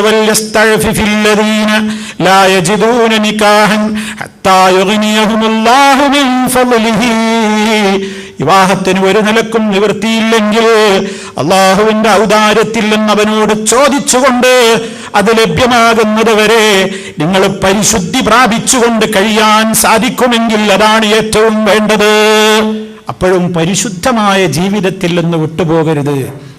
അതുകൊണ്ടാണ് പുരുഷലോകത്തോട് ഇസ്ലാം പറഞ്ഞു, യാ മഅ്ശറസ് ശബാബ് മൻ ഇസ്തതാ മിൻകുമുൽ ബാഅത ഫൽയതസവ്വജ് ഫഇന്നഹു അഗ്ളു ലിൽ ബസരി വഅഹ്സനു ലിൽ ഫർജി വമൻ ലം യസ്തതി ഫഅലൈഹി ബിസ്സൗം ഫഇന്നഹു ലഹു വിജാ. എല്ലാ പ്രസിദ്ധ ഹദീസ് ഗ്രന്ഥങ്ങളിലും രേഖപ്പെട്ട് കിടക്കുന്ന ഹദീസാണ്. നബി സല്ലല്ലാഹു അലൈഹി വസല്ലം പറയുന്നു, യാ മഅ്ശറസ് ശബാബ്, ഓ യുവാക്കളുടെ സമൂഹമേ, മൻ ഇസ്തതാ മിൻകുമുൽ ബാഅത, നിങ്ങൾക്ക് വിവാഹത്തിനുള്ള ശേഷി എത്തിക്കഴിഞ്ഞാൽ നിങ്ങൾ വിവാഹം കഴിക്കണേ. എന്താ വിവാഹം കൊണ്ടുള്ള പ്രത്യേകത പറഞ്ഞത്? എന്തിനാ വിവാഹം എന്നാ പറഞ്ഞത്? ഫഇന്നഹു അഗ്ളു ലിൽ ബസരി, അത് കണ്ണുകളെ താഴ്ത്തുവാൻ ഏറ്റവും അനിവാര്യമാണ്. വഅഹ്സനു ലിൽ ഫർജി, ലൈംഗികാവയവത്തിന്റെ പരിശുദ്ധിക്കും അതാവശ്യമാണെന്ന് പഠിപ്പിക്കുന്നു. വമൻ ലം യസ്തതി, തീരെ സാധ്യമല്ലെങ്കിൽ ഫഅലൈഹി ബിസ്സൗം, അവൻ നോമ്പെടുക്കട്ടെ. ഫഇന്നഹു ലഹു വിജാ, അതവന് പരിചയാണ്, അതവന് ദുർവൃത്തിയിൽ നിന്ന് വിട്ടുനിൽക്കാൻ നോമ്പ് അവന് പരിചയാണ്. നോമ്പിലൂടെ അവന്റെ തൃഷ്ണകളെ അടക്കി നിർത്താൻ അവന് സാധിക്കുമെന്ന് നബി സല്ലല്ലാഹു അലൈഹി വസല്ലം ഇതിലൂടെ പഠിപ്പിക്കുന്നു. അപ്പൊ എന്തർത്ഥത്തിലായിരുന്നാലും നാം ചിന്തിച്ചു നോക്കിയാൽ ഇസ്ലാം പറയുന്ന ഈ ഒരൊറ്റ മാർഗമേ നമ്മുടെ മുമ്പിലുള്ളൂ. അതെന്താണ്? വിവാഹം. വിവാഹ ജീവിതം അത് പവിത്രമാണ്, അത് പരിപാവനമാണ്. ഇസ്ലാം അതിനെ പ്രോത്സാഹിപ്പിച്ചിട്ടേ ഉള്ളൂ. വിവാഹ ജീവിതം ഒരു ശാപമായി കരുതുന്ന പല സിദ്ധാന്തക്കാരും ലോകത്ത് കഴിഞ്ഞു പോയിട്ടുണ്ട്, ഇന്നും നിലവിലുണ്ട്. ചില ഹൈന്ദവാചാര്യന്മാര്, സ്വാമിമാര്, സന്യാസിമാര്, അതുപോലെ തന്നെ ചില ക്രൈസ്തവ പുരോഹിതന്മാര്, പാതിരിമാരൊക്കെ വിവാഹ ജീവിതത്തെ വളരെ നിരുത്സാഹപ്പെടുത്തിക്കൊണ്ട് എഴുതിയിട്ടുണ്ട്. ആത്മീയ ജീവിതത്തിന്റെ അടിസ്ഥാനം തന്നെ ബ്രഹ്മചര്യമാണെന്നാണ് സ്വാമിമാരിൽ പലരും എഴുതിയത്. ആത്മീയ ജീവിതം നയിക്കണോ, അതിന്റെ അടിത്തറ തന്നെ എന്താണ് പറഞ്ഞത്? വിവാഹം കഴിക്കരുത്, ബ്രഹ്മചര്യം സ്വീകരിക്കണം. അതുകൂടാതെ ആരോഗ്യവും ആത്മീയ ജീവിതവും ഇല്ലാന്നാണ്. നല്ല ആരോഗ്യവും ആത്മീയമായി ജീവിക്കണം എന്നുണ്ടെങ്കിൽ വിവാഹമൊന്നും കഴിക്കരുതെന്നാണ് ഒരു സ്വാമി, ശിവാനന്ദ എന്ന് പറയുന്ന ഒരു സ്വാമി എഴുതിയത്. ഇതിൽ ചില ക്രൈസ്തവ പാതിരിമാരും ക്രൈസ്തവ ലോകത്തുള്ള പലരും പല വീക്ഷണങ്ങളും പറഞ്ഞിട്ടുണ്ട്. അവര് പറയുന്നത് കല്യാണം കഴിഞ്ഞാൽ പിന്നെ കുറച്ച് ബക്രിയൊക്കെ കുറയുന്ന അവര് പറയണത്. വിവാഹിതൻ, ഒരു പാതിരി എഴുതുന്നത്, വിവാഹിതർ തന്റെ ഇണയെ എങ്ങനെ പ്രസാദിപ്പിക്കും എന്ന ചിന്തയിലായിരിക്കും എപ്പോഴൊന്നും. കല്യാണം കഴിഞ്ഞാൽ പിന്നെ എൻ്റെ ഭാര്യയെ ഞാൻ എങ്ങനെ സന്തോഷിപ്പിക്കും, പ്രസാദിപ്പിക്കും എന്ന ചിന്തയിലായിരിക്കും. അതേ അവസരത്തിൽ കല്യാണം കഴിഞ്ഞില്ലെങ്കിലുള്ള സുഖം എന്താ? കർത്താവിനെ എങ്ങനെ പ്രസാദിപ്പിക്കും എന്ന ചിന്തയാണ് അവർക്കുണ്ടാവുക. അപ്പൊ കർത്താവിനെ എങ്ങനെ പ്രസാദിപ്പിക്കും എന്ന് ചിന്തിക്കാൻ ആർക്കേ കഴിയുള്ളൂ? അവിവാഹിതർക്ക്. വിവാഹം കഴിഞ്ഞാലോ പെണ്ണിനെ എങ്ങനെ പ്രസാദിപ്പിക്കും എന്നായിരിക്കും. അതുകൊണ്ട് അത് വേണ്ട, കർത്താവിനെ പ്രസാദിപ്പിച്ചാണ് സ്വർഗം നേടേണ്ടത്. അതുകൊണ്ട് വിവാഹ ജീവിതം വേണ്ടാന്ന് വെക്കലാ നല്ലത് എന്ന് അച്ഛന്മാരിൽ ചിലര്, പാതിരിമാരിൽ ചിലര്, മറ്റേത് ഹൈന്ദവ സന്യാസിമാരിൽ ചിലർ അങ്ങനെ. അതേവസരത്തിൽ ഇസ്ലാമിലെ ചില സൂഫി ചിന്താഗതിക്കാരായ ആളുകളുണ്ടെന്ത്, കല്യാണം കഴിക്കേണ്ടതില്ല, കല്യാണം കഴിച്ച് സുഖം അനുഭവിക്കാനൊന്നും പാടില്ല, അതൊക്കെ തഖ്വക്കെതിരാണ്. അങ്ങനെ ഒരു ചെറിയ ചിന്താഗതി ഒരല്പമൊന്ന് മുളപൊട്ടിയപ്പോൾ നബി സല്ലല്ലാഹു അലൈഹി വസല്ലമിന്റെ കാലത്ത് തന്നെ അതിന്റെ മുളയങ്ങ് നുള്ളിക്കളഞ്ഞു. നബി സല്ലല്ലാഹു അലൈഹി വസല്ലമിന്റെ വീട്ടിലേക്ക് 3 സഹാബിമാര് വന്ന പ്രസിദ്ധമായൊരു സംഭവം നമ്മളൊക്കെ പലവരും കേട്ടതാണ്. അള്ളാഹുവിന്റെ റസൂൽ സല്ലല്ലാഹു അലൈഹി വസല്ലമിന്റെ ഇബാദത്തുകളെ കുറിച്ച് ചോദിച്ചറിയാൻ വേണ്ടി നബി സല്ലല്ലാഹു അലൈഹി വസല്ലമിന്റെ വീട്ടിലേക്ക് കയറി വന്നു 3 ആളുകൾ. ആ 3 ആളുകൾ വന്നപ്പോൾ നബി സല്ലല്ലാഹു അലൈഹി വസല്ലം സ്ഥലത്തില്ല, ഭാര്യയാണ് അവിടെ ഉള്ളത്. അള്ളാഹുവിന്റെ റസൂലിന്റെ ഭാര്യയോട് വന്നവര് കാര്യം തിരക്കി. ഞങ്ങൾ വന്നത് നബി സല്ലല്ലാഹു അലൈഹി വസല്ലമിന്റെ വീട്ടിൽ വെച്ചുള്ള സ്വകാര്യമായ ആരാധനാ രീതികളൊക്കെ ഒന്ന് അറിയാനാണ്. ബാഹ്യമായിട്ട് അള്ളാഹുവിന്റെ റസൂലിന്റെ രീതികളൊക്കെ വീട്ടിൽ നിന്ന് അറിയുന്നുണ്ടല്ലോ. അതേ അവസരത്തിൽ അള്ളാഹുവിന്റെ റസൂൽ സ്വകാര്യമായിട്ട് എന്തൊക്കെ ഇബാദത്തുകൾ ചെയ്യുന്നുണ്ട് എന്ന് അന്വേഷിക്കാനാണ് അവർ കയറി വന്നത്. ആ അവസരത്തിൽ നബി സല്ലല്ലാഹു അലൈഹി വസല്ലമിന്റെ ഭാര്യ അവർക്ക് പറഞ്ഞു കൊടുത്തു, ഇങ്ങനെയും ഒക്കെയാണ്. ഹബീബ് സല്ലല്ലാഹു അലൈഹി വസല്ലമിന്റെ നിസ്കാരവും നോമ്പും കാര്യമൊക്കെ പറഞ്ഞു കൊടുത്തു. അപ്പോൾ ഈ വന്ന സഹാബിമാർക്ക് അത് വളരെ കുറഞ്ഞതായിട്ടാണ് തോന്നിയത്. എന്താ കുറഞ്ഞതായി തോന്നിയത്? അള്ളാന്റെ റസൂലിന് അതൊക്കെ മതി, അവിടുന്ന് ഉന്നതനാണ്, അത്യുന്നതനാണ്, നമുക്കൊന്നും അതുപോരാ, അത്രയൊന്നും പോരാ എന്ന് പറയുകയും ആ 3 പേരും അവിടെ വെച്ച് പ്രതിജ്ഞ ചൊല്ലുകയാണ്. അവര് 3 പേരും അവിടെ വെച്ച് ഒരു തീരുമാനം പ്രഖ്യാപിക്കുകയാണ്. അതിൽ ഒരാൾ പറഞ്ഞു, ഇനി മുതൽക്കുള്ള ഒരു രാത്രിയിലും ഞാൻ ഉറങ്ങുകയില്ല, രാത്രി മുഴുവൻ ഞാൻ നിന്ന് നിസ്കരിച്ചുകൊണ്ടേ സമയം കഴിച്ചു കൂട്ടും. ഒരാളുടെ തീരുമാനം അതാണ്. രണ്ടാമത്തെ സഹാബി പറഞ്ഞു, ഇനി അങ്ങോട്ടുള്ള ഒരൊറ്റ പകലിലും എനിക്ക് നോമ്പില്ലാത്ത ഒരു പകലുണ്ടാവില്ല, എല്ലാ പകലും ഇനി ഞാൻ നോമ്പുകാരനായിരിക്കും. മൂന്നാമത്തെ വ്യക്തി പറഞ്ഞു, ഞാൻ ഒരിക്കലും വിവാഹ ജീവിതത്തിലേക്ക് പ്രവേശിക്കില്ല, ഞാൻ ഒരിക്കലും വിവാഹം കഴിക്കില്ല. ഇങ്ങനെ മൂന്നാളുകളും മൂന്ന് ദൃഢമായ തീരുമാനമെടുത്തുകൊണ്ട് പിരിഞ്ഞു പോയപ്പോ നബി സല്ലല്ലാഹു അലൈഹി വസല്ലം വന്നപ്പോൾ വിവരമറിയുന്നു, മൂന്നാളുകളെയും വിളിപ്പിക്കുന്നു. എന്നിട്ട് ചോദിച്ചു, നിങ്ങളാണോ അല്പനേരം മുമ്പ് ഇവിടെ വന്ന് ഇങ്ങനെയും ഇങ്ങനെയും ഇങ്ങനെയും ഒക്കെ തീരുമാനമെടുത്ത് പറഞ്ഞു പോയത്? അവര് പറഞ്ഞു, അതെ. അതേ റസൂലേ. നബി സല്ലല്ലാഹു അലൈഹി വസല്ലം പറഞ്ഞു, എന്നാ നിങ്ങളൊരു കാര്യം അറിയണം, അല്ലാഹനെ തന്നെയാണ് സത്യം, നിങ്ങൾ മനസ്സിലാക്കണം. ഇന്നി അഖ്ശാകും ലില്ലാഹി വഅത്ഖാകും ലില്ലാഹി അനാ. അല്ലാഹനെ ഏറ്റവും കൂടുതൽ പേടിയുള്ളത്, അല്ലാഹുവിനെ ഏറ്റവും കൂടുതൽ തഖ്വയോടെ ജീവിക്കുന്നത് നിങ്ങളുടെ കൂട്ടത്തിൽ ഞാനാണ് ഏറ്റവും പടച്ചവനെ പേടിയുള്ളയാള്. തഖ്വ എന്താണ്, പടച്ചവനെ പേടി എന്താണെന്ന് നിങ്ങൾക്ക് പഠിപ്പിച്ചു തരാൻ നിയുക്തനായ റബ്ബിനെ ഏറെ ഭയപ്പെടുന്ന ഞാനുണ്ടല്ലോ. എനിക്കൊരു സ്വഭാവമുണ്ട്, ഞാൻ രാത്രിയിൽ ഉറങ്ങാറുമുണ്ട്, നിസ്കരിക്കാറുമുണ്ട്, മുഴുവൻ ഉറക്കിളക്കുന്ന പരിപാടിയില്ല. അതുപോലെ തന്നെ എനിക്ക് ചില പകലുകളിൽ നോമ്പുണ്ടാകാറുണ്ട്, ചില പകൽ ഞാൻ നോമ്പെടുക്കാറുമില്ല. പിന്നെയും പറഞ്ഞു, ഞാൻ വിവാഹം കഴിച്ചിട്ടുമുണ്ട്, എനിക്ക് ഭാര്യമാരുണ്ട്, ഞാൻ വിവാഹം കഴിച്ചിട്ടുമുണ്ട്.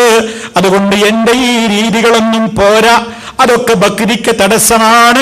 അതൊക്കെ ഒഴിവാക്കിയാലേ കൂടുതൽ പടച്ചവനെ പേടിയും സൂക്ഷ്മതയുള്ള ജീവിതവുമൊക്കെ കിട്ടുമെന്നാണ് നിങ്ങളുടെ തീരുമാനമെങ്കിൽ ഞാനിതാ നിങ്ങളോട് തുറന്നു പറയുന്നു, ഫമൻ റഗിബ അൻ സുന്നതി ഫലൈസ മിന്നീ. എന്റെ ഈ ചര്യയോടും നടപടിക്രമത്തോടും ആർക്കെങ്കിലും വൈമുഖ്യം തോന്നുന്നുവെങ്കിൽ, അത് പോരാ എന്ന അഭിപ്രായമുണ്ടെങ്കിൽ, ഫലൈസ മിന്നീ, അവൻ എന്നിൽപ്പെട്ടവനല്ല. എന്റെ ഈ രീതിയോട് പൊരുത്തപ്പെടാത്തവർക്ക് എന്നിൽപ്പെടാൻ കഴിയൂല. നിങ്ങൾ ശരിയായ റൂട്ടിലല്ല ഉള്ളത്, തീരുമാനം മാറ്റിയേ പറ്റൂ. നബി സല്ലല്ലാഹു അലൈഹി വസല്ലം പഠിപ്പിക്കുകയാണ്. ഇവിടെ നിങ്ങൾ ആലോചിച്ച് നോക്കൂ, ഇസ്ലാം അനുവദിച്ച് തന്നിട്ടുള്ളവയെ നിഷിദ്ധമാക്കാൻ ഒരാൾക്കും അധികാരമല്ല. ഞാനത് ചെയ്യൂല എന്ന് ദൃഢപ്രതിജ്ഞ എടുത്തിട്ട് അത് തഖ്വക്ക് വിരുദ്ധമാണ് എന്ന് ന്യായം പറയാൻ പറ്റൂല. വേറെ കാരണങ്ങളാലൊക്കെ വിവാഹം പലർക്കും ഒഴിവാക്കാം. ഒരാൾ വിവാഹം കഴിക്കാൻ വിചാരിക്കുന്നില്ലേ, വേണ്ട, നിർബന്ധമൊന്നുമില്ല. ഒരാൾക്ക് പരിശുദ്ധമായ ജീവിതം നയിക്കുക, വിവാഹത്തോടൊന്നും താല്പര്യമില്ല, വിവാഹ ജീവിതമൊന്നും ചിന്തിച്ചിട്ടില്ല, അതിന്റെ ആവശ്യമില്ല, എനിക്ക് വിവാഹം വേണ്ട, അയാൾ നല്ല മുത്തക്കയായിട്ട് ജീവിക്കാൻ കഴിയൂലേ? കഴിയുന്നവരുണ്ടാകും. അവരെ സംബന്ധിച്ചിടത്തോളം അതൊരു തെറ്റൊന്നുമില്ല. മഹാന്മാരായ പ്രഗത്ഭരായ ഒട്ടേറെ പണ്ഡിതന്മാര്, ഒരുപാട് പ്രഗത്ഭന്മാര് ചരിത്രത്തിൽ അവിവാഹിതരായി തന്നെ മരിച്ചു പോയിട്ടുണ്ട്. വിശുദ്ധ ഖുർആൻ വ്യാഖ്യാനം എഴുതിയവരിൽ പ്രമുഖനാണ് ഇബ്നു ജരീർ തബരി, തഫ്സീർ തബരിയുടെ കർത്താവ് ഇബ്നു ജരീർ തബരി റഹിമഹുള്ള കല്യാണം കഴിച്ചിട്ടില്ലായിരുന്നു. അദ്ദേഹം കല്യാണം കഴിച്ചിട്ടില്ല. അതുപോലെ തന്നെ പ്രഗൽഭ പണ്ഡിതനാണ് അബൂ ഹയ്യാൻ റഹിമഹുള്ള, ബഹറുൽ മുഹീത്ത് എന്ന് പറയുന്ന തഫ്സീർ രചിച്ചിട്ടുള്ള ആ മുഫസ്സിർ കല്യാണം കഴിച്ചിട്ടില്ല. രണ്ടാം ഷാഫിഈ എന്ന പേരിൽ അറിയപ്പെടുന്ന ഷാഫിഈ മദ്ഹബിലെ പ്രസിദ്ധനായ പണ്ഡിതനായ ഇമാം നവവി റഹിമഹുള്ള കല്യാണം കഴിച്ചിട്ടില്ല. അതുപോലെ തന്നെ ശൈഖുൽ ഇസ്ലാം ലോകത്തതാ ഒരുപാട് രൂപത്തിലുള്ള പരിഷ്കരണങ്ങൾ വരുത്തിക്കൊണ്ട് ഇസ്ലാമിന്റെ തുത്യർഹമായ സേവനം സമർപ്പിച്ചു പോയ മഹാനായ ശൈഖുൽ ഇസ്ലാം ഇബ്നു തൈമിയ്യ റഹിമഹുള്ള കല്യാണം കഴിച്ചിട്ടില്ല. അതുപോലെ തന്നെ പലരുമുണ്ടങ്ങനെ. അങ്ങനെ ഒരാൾ കല്യാണം കഴിക്കുന്നില്ല തീരുമാനിക്കുകയാണെങ്കിൽ കുഴപ്പമൊന്നുമില്ല. പക്ഷെ അത് തഖ്വക്കെതിരാണ്, കല്യാണം കഴിച്ചവർക്കൊന്നും തഖ്വ ഉണ്ടാവില്ല എന്ന് പറഞ്ഞിട്ട് ന്യായം പറഞ്ഞിട്ടല്ല അവരൊന്നും കല്യാണം കഴിക്കാതിരുന്നത്. അവരുടേതായ കാരണങ്ങൾ ഉണ്ടെങ്കിൽ വിരോധമൊന്നുമില്ല. പക്ഷേ ഇസ്ലാം പ്രോത്സാഹിപ്പിച്ചു. അതുകൊണ്ടാണ് ലോകത്തിന്റെ മുഴുവൻ മാതൃകയായ മഹാന്മാരായ മാതൃകാ പുരുഷന്മാരായ പ്രവാചകന്മാരെ കുറിച്ച് ഖുർആൻ എന്താ പറഞ്ഞത്? വജഅൽനാ ലഹും അസ്വാജൻ വദുരിയ്യ. അവർക്കൊക്കെ ഭാര്യമാരുണ്ടായിരുന്നു, മക്കളുണ്ടായിരുന്നു. അതുകൊണ്ട് ആ രൂപത്തിലുള്ള ചിന്താഗതിയിലേക്ക് കൊണ്ടുപോകുന്ന അതിരുവിട്ട സൂഫിസം അത് ഇസ്ലാം അംഗീകരിക്കുന്നില്ല. ഒരാൾ വിവാഹം കഴിച്ചു കഴിഞ്ഞാൽ അവന്റെ ദീന് പകുതി പോയി എന്നാ സൂഫികൾ പലരും എഴുതി വെച്ചത്. ഒരാൾ കല്യാണം കഴിച്ചാൽ അവന്റെ ദീന് പകുതി പോയി, അവന്റെ ദീനിന്റെ പകുതിയാണ് പോയി കല്യാണം കഴിഞ്ഞാൽ എന്നാണ്. അങ്ങനെ പറയുന്ന ആളുകളുണ്ട്. അതൊന്നും ഇസ്ലാം ഒരിക്കലും അംഗീകരിച്ചിട്ടുള്ളതല്ല. മാത്രമല്ല, നബി സല്ലല്ലാഹു അലൈഹി വസല്ലമിന്റെ കാലത്ത് ഒരു സഹാബ വനിത വന്ന് കംപ്ലൈന്റ് പറഞ്ഞില്ലേ അള്ളാന്റെ റസൂലിനോട്, എന്നെ അയാൾ തീരെ പരിഗണിക്കുന്നില്ല, ഞാനുമായിട്ട് ഒരു ബന്ധമില്ല എന്ന് പറഞ്ഞപ്പോ എന്താ കാരണം? രാത്രിയായ നിസ്കാരമാണ്, പകല് നോമ്പുമാണ്. പിന്നെ എന്തിനാ ഭാര്യ, പിന്നെ എന്തിനാ ഞാന് എന്ന് ചോദിക്കുമ്പോ നബി സല്ലല്ലാഹു അലൈഹി വസല്ലം ആ പെണ്ണിനെ സമാധാനിപ്പിക്കല്ല ചെയ്യുന്നത്. സഹാബ വനിതയോട് സാരല്ല, നിസ്കരിക്കല്ലേ, നല്ലതല്ലേ നല്ല പറയണത്. ഭർത്താവിനെ വിളിപ്പിച്ചിട്ട് പറയുന്നു, ഇങ്ങനെയുമൊക്കെയാണെന്ന് നിങ്ങളുടെ ഭാര്യയിൽ നിന്ന് പരാതിയുണ്ട്, ശരിയാണോ? അദ്ദേഹം സമ്മതിച്ചപ്പോൾ നബി സല്ലല്ലാഹു അലൈഹി വസല്ലം പറഞ്ഞു, പാടില്ല, നിനക്ക് നിന്റെ ഭാര്യയോട് കടമകളുണ്ട്, ആ കടമകൾ നിർവഹിച്ചോളണം, അതും പുണ്യകർമ്മമാണ്. അതാണ് ഇസ്ലാമിന്റെ വീക്ഷണം. അതും പുണ്യകർമ്മമാണ്. നിന്റെ ഭാര്യയ്ക്ക് ചെലവിന് കൊടുക്കുന്നത്, അവളുമായി ശയിക്കുന്നത് എല്ലാം പുണ്യകർമ്മമായിട്ടല്ലേ ഇസ്ലാം പഠിപ്പിച്ചത്. അവിടെയാണ് ഇസ്ലാം മനുഷ്യന്റെ താല്പര്യങ്ങളോട് 100% യോജിക്കുന്ന നിയമങ്ങളാണ് ഇസ്ലാമിനുള്ളത് എന്ന് പറഞ്ഞിട്ടുള്ളത്. അതുകൊണ്ട് ഇസ്ലാം ഈ വിഷയത്തിൽ കൃത്യമായ നിലക്കുള്ള നിലപാടാണ് സ്വീകരിച്ചിട്ടുള്ളത്. ആ നിലപാട് കൃത്യമായി തന്നെ സമൂഹത്തോട് പഠിപ്പിക്കുകയും അതിൻ്റെതായ വക്താക്കളായി ജീവിക്കുവാൻ വേണ്ടി ആഹ്വാനം ചെയ്തിരിക്കുകയുമാണ്. ആ അർത്ഥത്തിലുള്ള ഒരു ജീവിത രീതിയെ ലോകത്തിന് സമാധാനം നൽകുകയുള്ളൂ. അല്ലാത്തത് അരക്ഷിതാവസ്ഥയും അധാർമികതകളും അരാജകത്വങ്ങളും മാത്രമേ സമ്മാനിക്കുകയുള്ളൂ, അതേ ലോകത്തുണ്ടാവുകയുള്ളൂ. അതുകൊണ്ട് ഇസ്ലാമിന്റെ ഈ വീക്ഷണം സാർവകാലികമാണ്, എല്ലാ കാലത്തേക്കും 100% യോജിക്കുന്ന നിയമങ്ങളാണ്. ആ നിയമങ്ങളെ നമ്മൾ അറിയണം. അതില്ലാത്തത് കൊണ്ടുണ്ടായ ദൂഷ്യങ്ങളെയും നമ്മൾ അറിയണം. ഇൻഷാ അല്ലാഹ് തുടർന്ന് വരുന്ന ക്ലാസ്സുകളിലൂടെ നമുക്ക് ഈ വിഷയത്തിന്റെ നാനാവശങ്ങളെയും സംസാരിക്കാനുണ്ട്. അല്ലാഹു സുബ്ഹാനഹു വ തആല നേരറിയാനും നേരിന്റെ പാതയിലൂടെ മുന്നോട്ട് പോകുവാനും നേരിന്റെ പ്രചാരകരാകുവാനും നമുക്കെല്ലാം തൗഫീഖ് നൽകി അനുഗ്രഹിക്കുമാറാകട്ടെ. മാരകമായ രോഗങ്ങളിൽ നിന്ന്, സഹിക്കാനാവാത്ത പരീക്ഷണങ്ങളിൽ നിന്ന് അല്ലാഹു നമ്മെ ഏവരെയും കാത്ത് രക്ഷിക്കുമാറാകട്ടെ. നമ്മുടെ രോഗികൾക്ക് അല്ലാഹു ശിഫ നൽകുമാറാകട്ടെ. നമ്മിൽ നിന്ന് മരണപ്പെട്ടു പോയവർക്ക് അല്ലാഹു മഗ്ഫിറത്ത് നൽകി അനുഗ്രഹിക്കുമാറാകട്ടെ. അല്ലാഹു മഗ്ഫിർ ലിൽ മുഅ്മിനീന വൽ മുഅ്മിനാത്ത് വൽ മുസ്ലിമീന വൽ മുസ്ലിമാത്ത് അൽഅഹ്യാഇ മിൻഹും വൽ അംവാത്ത് إنك مجيب الدعوات وقاضي الحاجات. اللهم أعز الإسلام والمسلمين وأذل الشرك والمشركين. اللهم أجرنا وأجر والدينا من النار. ربنا اغفر لنا ولإخواننا الذين سبقونا بالإيمان ولا تجعل في قلوبنا غلا للذين آمنوا ربنا إنك رؤوف رحيم. توفنا مسلمين وألحقنا بالصالحين والحمد لله رب العالمين. اللهم صل على محمد وعلى آل محمد والسلام عليكم ورحمة الله وبركاته.